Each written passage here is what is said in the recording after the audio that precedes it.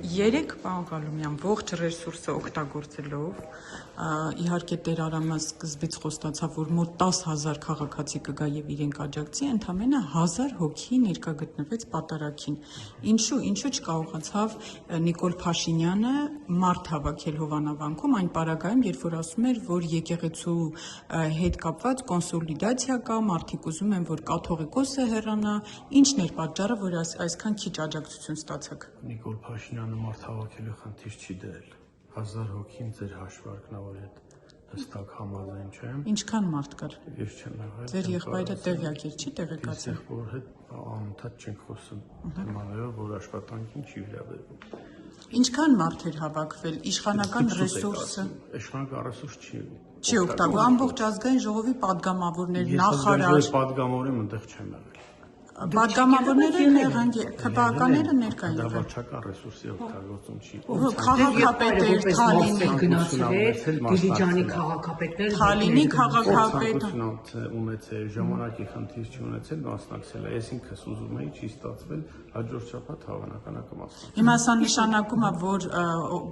չունի աջակցություն Նիկոլ Փաշինյանը կաթողիկոսի հեռացման հետ կապված, որտեղ սա նշանակում էր սկիզբ դնել կաթողիկոսարանից կաթողիկոսին հեռացնելու հետ կապված։ Դա ձեր գնահատականն է, դա բավարար է, թե չէ։ Հաջորդի կարծում եմ ավելի շատ կլինի Նիկոլ Փաշինյանը վարչական ռեսուրս չի օգտագործել երեք։ Աջակցություն կար Նիկոլ Փաշինյանի եկեղեցու։ Բնականաբար շատ մեծ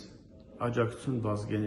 կտրիչ Ներսյանի մնացողների բացարձակապես տեսանելի չի, իսկ հակառակ պրոցեսը բավականին տեսանելի։ Դուք Դիլիջանի քաղաքապետի հարցազրույցը տեսաք լրագրողների ամբողջությամբ, իսկ որ տեսակ ոնց էր խոսում ինքը քաղաքապետ էր, գողական էր, ենթամշակույթ գրող էր։ Քաղաքապետ էր, լրագրողներ չէին լրագրողներ, որոնք սադրիչ հարցեր էին տալիս։